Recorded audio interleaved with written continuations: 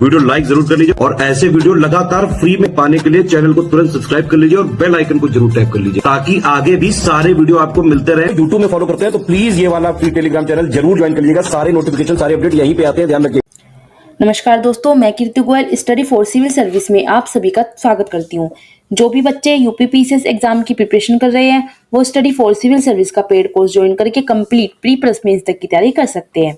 ज़्यादा जानकारी के लिए डिस्क्रिप्शन बॉक्स में जो नंबर दिए गए हैं उन पर मैसेज करके आप जानकारी दे सकते हैं या आप स्टडी फॉर सिविल सर्विस का ऐप डाउनलोड कर सकते हैं और ऐप पर जाकर आप कोई भी कोर्स परचेज कर सकते हैं।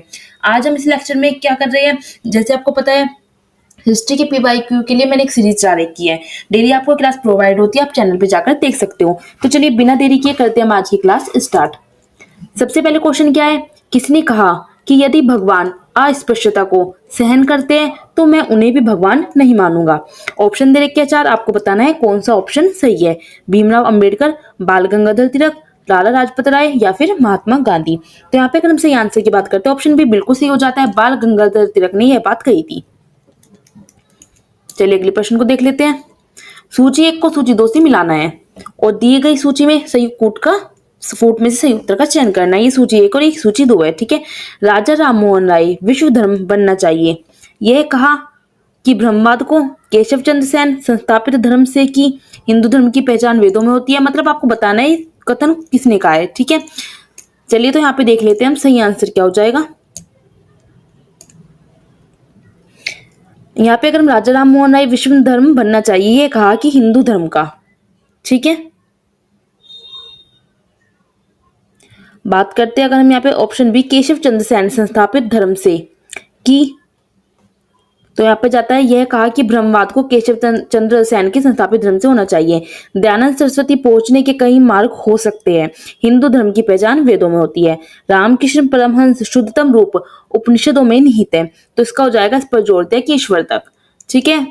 तो यहाँ पे हमारा अगर हम बात करते हैं तो ऑप्शन डी यहाँ पे बिल्कुल सही हो जाता है। चलिए बात करते हैं हम अगले प्रश्न की।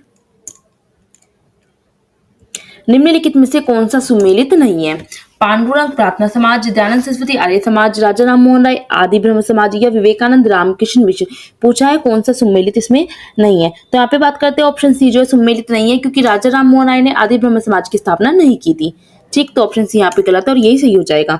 निम्नलिखित समाज सुधारकों में से कौन संस्कृत भाषा में प्रवीणता के लिए जाना जाता है? तो यहाँ पे अगर हम बात करें ऑप्शन डी बिल्कुल सही हो जाता है। दयानंद सरस्वती भी जाने जाते हैं, ईश्वर चंद्र विद्यासागर भी जाने जाते हैं और राजा राम मोहन राय भी। ये तीनों जो है समाज सुधारक के लिए संस्कृत भाषा में प्रवीणता के लिए जाने जाते हैं। तो ऑप्शन डी बिल्कुल यहाँ पे सही हो जाता है। चलिए बात कर लेते हैं हम अगले प्रश्न की। देवबंद आंदोलन उत्तर प्रदेश में किस वर्ष में प्रारंभ हुआ? किस वर्ष शुरू हुआ था उत्तर प्रदेश में देवबंद आंदोलन? तो यहाँ पे अगर हम सही आंसर की बात करते हैं तो सही आंसर यहाँ पे आपका क्या हो जाएगा? ऑप्शन डी बिल्कुल सही हो जाएगा। 1886 में जो है देवबंद आंदोलन उत्तर प्रदेश में शुरू हुआ था। चलिए अगले प्रश्न को देख लेते हैं हम। अगला प्रश्न क्या है, 1924 का बंगाल का तारिकेश्वर आंदोलन निम्न में से किसके विरुद्ध था? पूछा है किसके विरुद्ध था? मंदिरों में भ्रष्टाचार के, हिंसा के, राजनीतिक नेताओं की गिरफ्तारी या फिर सांप्रदायिकता। तो यहाँ पे पूछा है कि 1924 का बंगाल का जो तारिकेश्वर आंदोलन था वो किसके विरुद्ध था? तो यहाँ पे ये मंदिरों में भ्रष्टाचार के विरुद्ध था। ऑप्शन यहाँ पे बिल्कुल सही हो जाएगा। चलिए बात करते हैं हम अगले प्रश्न की।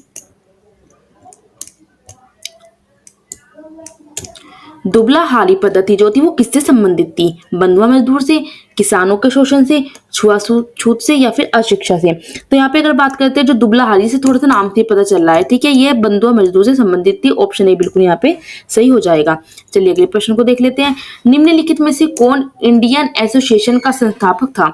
ठीक है, विपिन चंद्र पाल, दादा भाई नौरोजी, गोपाल कृष्ण गोखले या फिर SN बनर्जी। तो यहाँ पे बात करते हैं तो ऑप्शन डी बिल्कुल सही हो जाता है। SN बनर्जी जो थे इंडियन एसोसिएशन के संस्थापक थे।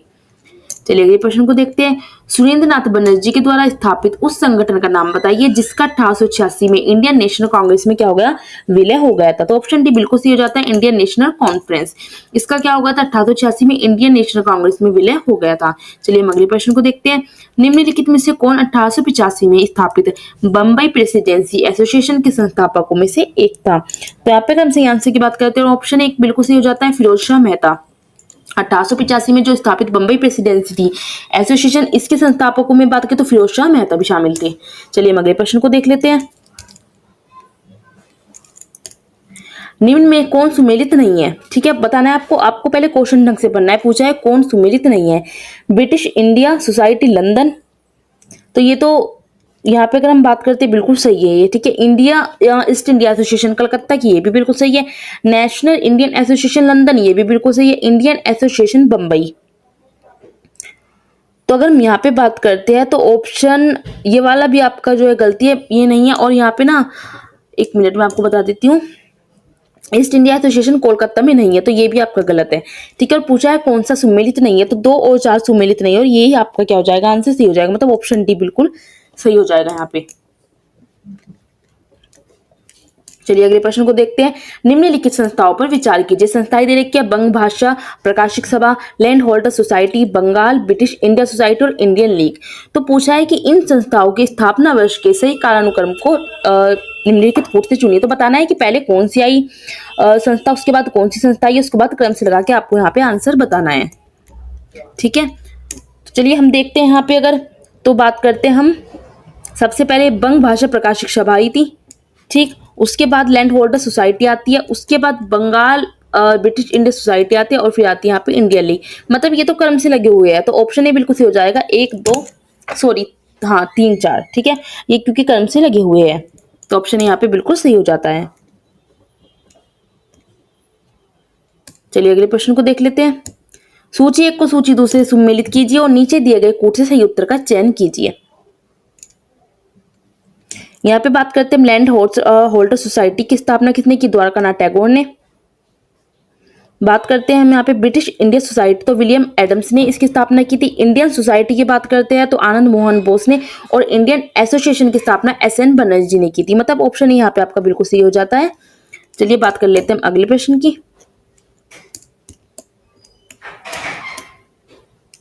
सूची 1 को सूची 2 से मिलाना है, इसमें भी आपको पीसीएस ऐसे क्वेश्चन सबसे ज्यादा पूछता है। तो यहाँ पे अगर हम बात करते हैं इंडियन लीग जो है शिशिर कुमार घोष की है, बिल्कुल सही है। इंडियन एसोसिएशन की बात करें तो यहाँ पे हो जाएगा आनंद मोहन बोस, बिल्कुल सही है ये भी। भारतीय राष्ट्रीय उदार संघ की बात करें तो ये सुरेंद्रनाथ बनर्जी की है, और United India patriotic association Sayyid Ahmad Khan की है।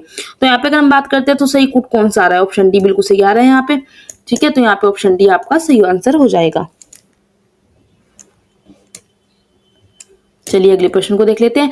भारतीय राष्ट्रीय कांग्रेस की स्थापना कब हुई थी? भारतीय राष्ट्रीय कांग्रेस की स्थापना सबको ही पता है 1885 में हुई थी, तो ऑप्शन यहाँ पे बिल्कुल सही हो जाएगा। अगले प्रश्न को देखते हैं। भारतीय राष्ट्रीय कांग्रेस का प्रथम अधिवेशन कहाँ पर हुआ था? जो प्रथम अधिवेशन हुआ था वो मुंबई में हुआ था, तो ऑप्शन सी यहाँ पर बिल्कुल सही हो जाएगा। चलिए अगले प्रश्न को देख लेते हैं। इनमें से किसने भारतीय राष्ट्रीय कांग्रेस के प्रथम वरिष्ठ अधिवेशन की जो है अध्यक्षता की थी? सॉरी वार्षिक, ठीक है, वार्षिक मतलब साल वाली। इनमें से किसने भारतीय राष्ट्रीय कांग्रेस के प्रथम जो वार्षिक अधिवेशन की अध्यक्षता की थी? तो यहाँ पे देखते हैं तो WC बनर्जी ने की थी, ऑप्शन डी यहाँ पर बिल्कुल सही हो जाएगा। अगले प्रश्न को देखते हैं। 1885 में इंडियन नेशनल कांग्रेस का अध्यक्ष कौन था? तो ऑप्शन सी से हो जाएगा WC बनर्जी। WC बनर्जी जो थे 1885 में इंडियन नेशनल कांग्रेस के अध्यक्ष थे। चलिए हम अगले प्रश्न को देख लेते हैं।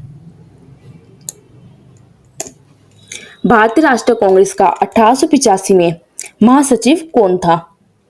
A.O. ह्यूम, दादा भाई नौरोजी, WC बनर्जी या फिर फिरोज शाह मेहता। तो यहाँ पे अगर हम सही आंसर की बात करते हैं तो सही आंसर क्या हो जाएगा? यहाँ पर सही आंसर हो जाएगा ऑप्शन ए A.O. ह्यूम, जो था भारतीय राष्ट्रीय कांग्रेस के 1885 में महासचिव थे। अगले प्रश्न को देखते हैं। 1885 में भारतीय राष्ट्रीय कांग्रेस की स्थापना के समय गवर्नर जनरल कौन था? काफी अच्छा क्वेश्चन है, पूछा जाता है। तो लॉर्ड डफरिन। जब 1885 में भारतीय राष्ट्रीय कांग्रेस की स्थापना हुई उस समय जो गवर्नर जनरल था वो लॉर्ड डफरिन था, तो ऑप्शन सी बिल्कुल यहाँ पे सही हो जाता है। चलिए हम अगले प्रश्न को देख लेते हैं। किसने कांग्रेस को सूक्ष्मदर्शी अल्पसंख्यक जनता का प्रतिनिधि बताते हुए उसका मजाक उड़ाया था? लॉर्ड लिप्टन ने, लॉर्ड डफरिन ने, लॉर्ड कर्जन ने या फिर लॉर्ड फेरिजी ने? तो यहाँ पे अगर हम बात करें जो मजाक उड़ाया था वो किसने उड़ाया था? यहाँ पे लॉर्ड डफरिन का नाम आ जाता है, ऑप्शन बी बिल्कुल सही हो जाता है। ठीक, अगले प्रश्न को देख लेते हैं। निम्नलिखित में से कौन भारतीय राष्ट्रीय कांग्रेस की स्थापना अधिवेशन में उपस्थित नहीं था? पूछा है उपस्थित नहीं था। दादा भाई नौरोजी, जी सुब्रमण्यम अय्यर या फिर जस्टिस रनाडे या फिर सुरेंद्र नाथ बनर्जी। तो यहाँ पे अगर हम बात करें कि भारतीय राष्ट्रीय कांग्रेस की जब स्थापना हुई थी, स्थापना जो अधिवेशन था उसमें कौन उपस्थित नहीं था, तो यहाँ पे सुरेंद्र नाथ बनर्जी जो थे उपस्थित नहीं थे। ऑप्शन डी यहाँ पर बिल्कुल सही हो जाता है। चलिए अगले प्रश्न को देखते हैं। भारतीय राष्ट्रीय कांग्रेस के सर्वप्रथम मुस्लिम अध्यक्ष थे, तो वो कौन थे? सर्वप्रथम मुस्लिम अध्यक्ष बदरुद्दीन तैयब जी थे। ऑप्शन डी यहाँ पर बिल्कुल सही हो जाता है। चलिए हम अगले प्रश्न को देख लेते हैं। भारतीय राष्ट्रीय कांग्रेस का प्रथम मुस्लिम अध्यक्ष कौन था? प्रथम मुस्लिम अध्यक्ष की अगर हम बात करते हैं तो यहाँ पे कौन हो जाएगा? ऑप्शन डी बिल्कुल सही हो जाएगा, बदरुद्दीन तैयब ये प्रथम मुस्लिम अध्यक्ष थे। चलिए हम अगले प्रश्न को देख लेते हैं।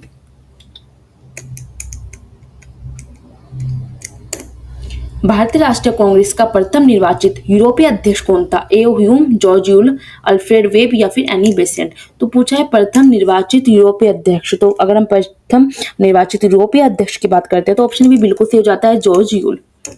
ये आपको जरूर याद रखना है क्योंकि पीछे से क्वेश्चन बहुत ज्यादा पूछता है और आपको पता भी होनी चाहिए। निम्नलिखित में से कौन भारतीय राष्ट्रीय कांग्रेस का अध्यक्ष कभी नहीं चुना जा सका? कौन नहीं चुना जा सका? तो यहाँ पे बात करते हैं ऑप्शन डी बिल्कुल सही हो जाता है, बाल गंगाधर तिलक। अगले प्रश्न को देख लेते हैं। लाल, बाल और पाल ये त्रिकूट था, कौन व्यक्ति भारतीय राष्ट्रीय कांग्रेस का अध्यक्ष हुआ था इनमें से? ठीक है, तो यहाँ पे अगर हम बात करते हैं का आंसर यहाँ पे सही हो जाएगा, ऑप्शन ये बिल्कुल सही हो जाएगा। यहाँ पे जो लाला लाजपत राय थे वो इन त्रिकूट में थे, भारतीय राष्ट्रीय कांग्रेस के अध्यक्ष बने थे। चलिए अगले प्रश्न को देख लेते हैं।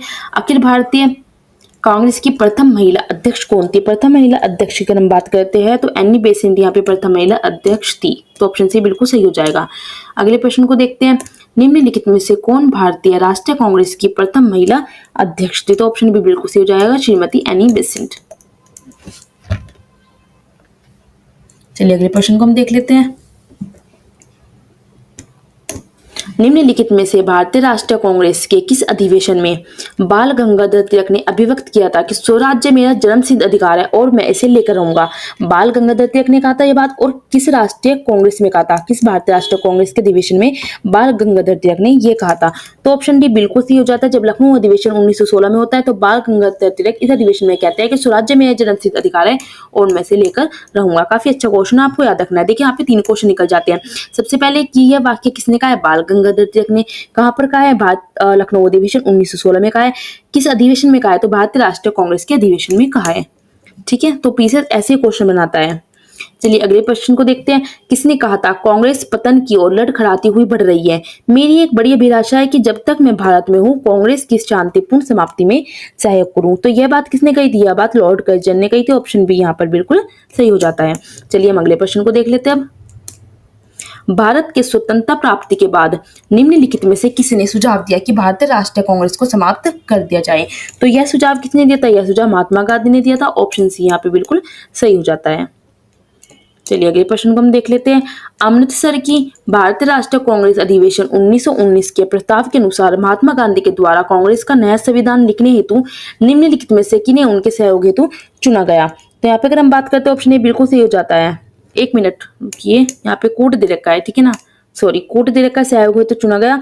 तो यहाँ पे जो सहयोग हेतु चुना गया था तो ऑप्शन एक तो 2 हो जाएगा, एनसी केलकर को चुना गया था, और ऑप्शन आई भी सैन, मतलब 2 और 4 ऑप्शन है यहाँ पे बिल्कुल सही हो जाता है। चलिए हम अगले प्रश्न को अब देख लेते हैं। कांग्रेस के अधिवेशन में एक गवर्नर जनरल ने भाग लिया था। उक्त गवर्नर जनरल तथा अधिवेशन स्थल निम्न में से कौन सा था? तो यहाँ पे ऑप्शन बी बिल्कुल सही हो जाता है। लॉर्ड विलिंगटन ने जो भाग लिया था और बम्बई का था 1915 में। ठीक, तो चलिए हम अगले प्रश्न को अब देख लेते हैं। भारतीय राष्ट्रीय कांग्रेस के निम्नलिखित अधिवेशन में से किसकी अध्यक्षता सी विजय राघवचरियन ने की थी? किसकी अध्यक्षता की थी? तो यहाँ पे देख लेते हैं, ऑप्शन बी बिल्कुल सही हो जाएगा। नागपुर अधिवेशन 1920 की जो है अध्यक्षता सी विजय राघवचरियन ने की थी। आपको याद रखना है ये बात। चलिए अगले प्रश्न को देखते हैं। निम्नलिखित में से किस अधिवेशन में कांग्रेस ने पहली बार भारतीय रियासतों के प्रति अपनी नीति घोषित की थी? तो ऑप्शन ए बिल्कुल सही हो जाता है। नागपुर अधिवेशनों में ही जो भारतीय रियासतों के प्रति अपनी नीति घोषित की थी किसने? कांग्रेस ने पहली बार। चलिए अगले प्रश्न को अब देखते हैं। नीचे उन व्यक्तियों की सूची दी गई है जो भारतीय राष्ट्रीय कांग्रेस के अध्यक्ष हुए और तिथि के अनुसार उन्हें क्रमबद्ध लगाइए। तो आपको बताना है कि कौन से जो है भारतीय राष्ट्रीय कांग्रेस के अध्यक्ष हुए थे और क्रमबद्ध तरीके से लगाना है कि पहले कौन आया उसके बाद कौन। तो अगर हम यहाँ पे बात करते हैं, सबसे पहले महात्मा गांधी आते हैं, ठीक है, उसके बाद बात करते हैं श्रीमती सरोजिनी नायडू आती है। फिर अगर हम बात करते हैं तो जवाहरलाल नेहरू आते हैं, फिर आते हैं वल्लभ भाई पटेल। तो ऑप्शन सी देखें तो हिसाब से बिल्कुल सही हो जाता है। चलिए बात करते हैं हम अगले प्रश्न की, और अगला प्रश्न हम देखेंगे नेक्स्ट लेक्चर में। ठीक है, आज के लेक्चर में मैं आपको इतना ही बताऊंगी, आगे के लेक्चर में हम आगे के पीवाईक्यू देखेंगे। और मैं आपको एक इन्फॉर्मेशन दे देती हूँ, अगर आप पीसीएस, आरओ, बीईओ, एलटीगेट, यूपीएसआई की कंप्लीट सिलेक्शन तक की तैयारी करने चाहते हो शुरुआत से, तो आपको क्या करना है, आप सिर्फ और सिर्फ स्टडी फॉर सिविल सर्विस का पेड कोर्स ज्वाइन कर लेते हैं, और ज्वाइन करके अगर आप एग्जाम तक स्ट्रिक्टली उसको फॉलो कर लेते हैं तो आपका सिलेक्शन आराम से हो सकता है। और मैं आपको एक सूचना दे देती हूँ कि अब जो है ज्ञान सर ने जो है यूपी पीसीएस के लिए, जैसे आपको पता है अगर आप पीसीएस की तैयारी करना चाह रहे हो तो एक गाइडेंस बहुत जरूरी होता है। आपको होता है कि कोई मुझे गाइड करे कि मुझे कुछ टारगेट्स मिले, मैं उनको कंप्लीट करूं। ठीक है, तो ज्ञान सर ने एक मेंटरशिप बैच लॉन्च किया है मात्र 499 में। ठीक है, इसमें आपको बहुत सारे फीचर्स मिलते हैं, आपको यहाँ पे डेली टारगेट मिलेगी एंड आपको गाइड भी किया जाएगा ज्ञान सर का, और आपको इसमें जो है यूपी पीसीएस के लिए कितना पढ़ना है, कहाँ से पढ़ना है, क्या करना है, आपको सब इसमें बताया जाएगा। तो स्टडी फॉर सिविल सर्विस को अगर आप ज्वाइन करते हैं, उनका पेड कोर्स ज्वाइन कर लेते हैं, अगर आप स्टडी फॉर सिविल सर्विस से जुड़े रहते हैं तो आपकी तैयारी जो है अच्छी हो जाएगी और आपका सिलेक्शन सुनिश्चित है। तो आपको क्या करना है, ज्यादा जानकारी के डिस्क्रिप्शन बॉक्स में जो नंबर दिए गए उन पर मैसेज करके आप जानकारी दे सकते हैं। अदरवाइज आप देख सकते हो स्क्रीन पर भी आपको नंबर दिख रहे होंगे, यहाँ पे भी आप मैसेज करके जानकारी ले सकते हो। तो पढ़ते रहिए और आगे बढ़ते रहिए। अगले लेक्चर में हम आगे